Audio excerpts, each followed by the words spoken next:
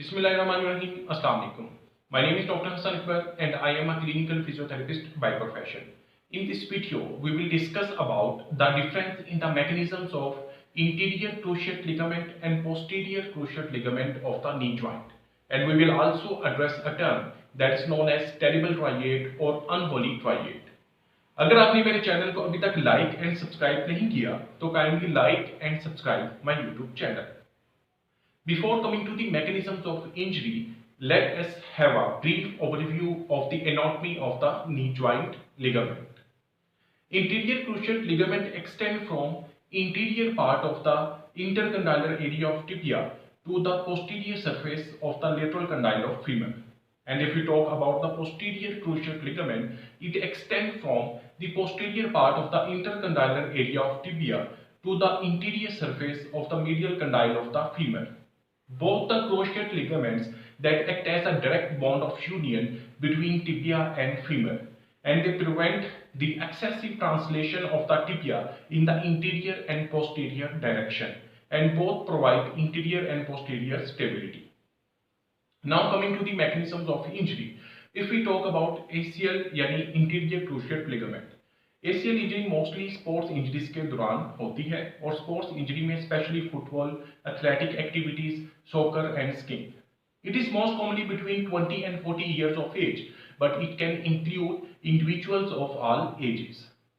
अगर हम मैकेनिज्म की बात करें तो इसमें दो टाइप्स हैं. Number one is contact mechanism, that means blow to the lateral surface of the knee joint in the form of a valgus force, and the stress of the valgus force that lead to the injury of interior cruciate ligament along with medial collateral ligament and the medial meniscus. Medial meniscus divides the joint cavity of the knee joint into the two compartments, upper compartment and the lower compartment. Flexion and extension of the knee joint takes place in the upper compartment and the rotation takes place in the lower compartment. Medial meniscus is more vulnerable to the injury as compared to the lateral meniscus because lateral meniscus is protected by the popliteus muscle and it prevents it from being crushed between the joint cavity.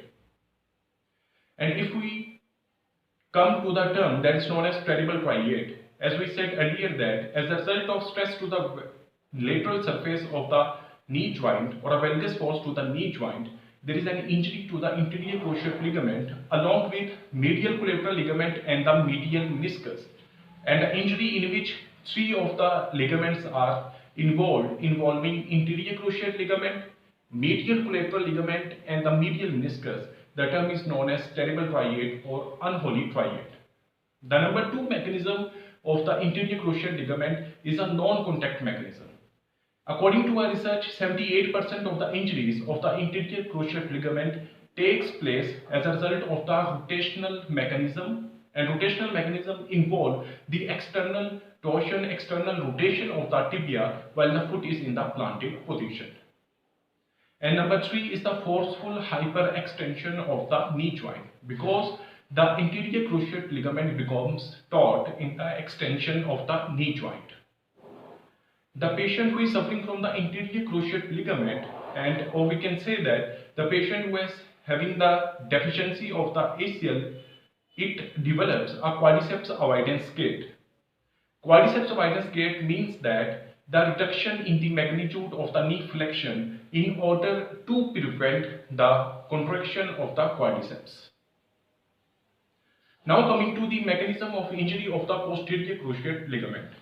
According to research, the most of the injuries in case of the posterior cruciate ligament that take place as a result of interior blow to the tibia and the knee is in the flexed position. And the second most common mechanism of the posterior cruciate ligament injury is for example, if we take an example of the road traffic accident while the knee is in the flexed position and the foot is in the plantar flexed position, and that chances of that type of injury where the knee is in the flexed position along with the foot in the plantar flexion, that are approximately 24%. Interior mechanism is 38%. Hyperflexion of the knee joint with plantar flexion is approximately 24%, and the forceful flexion of the knee joint is approximately 11%. and forceful flexion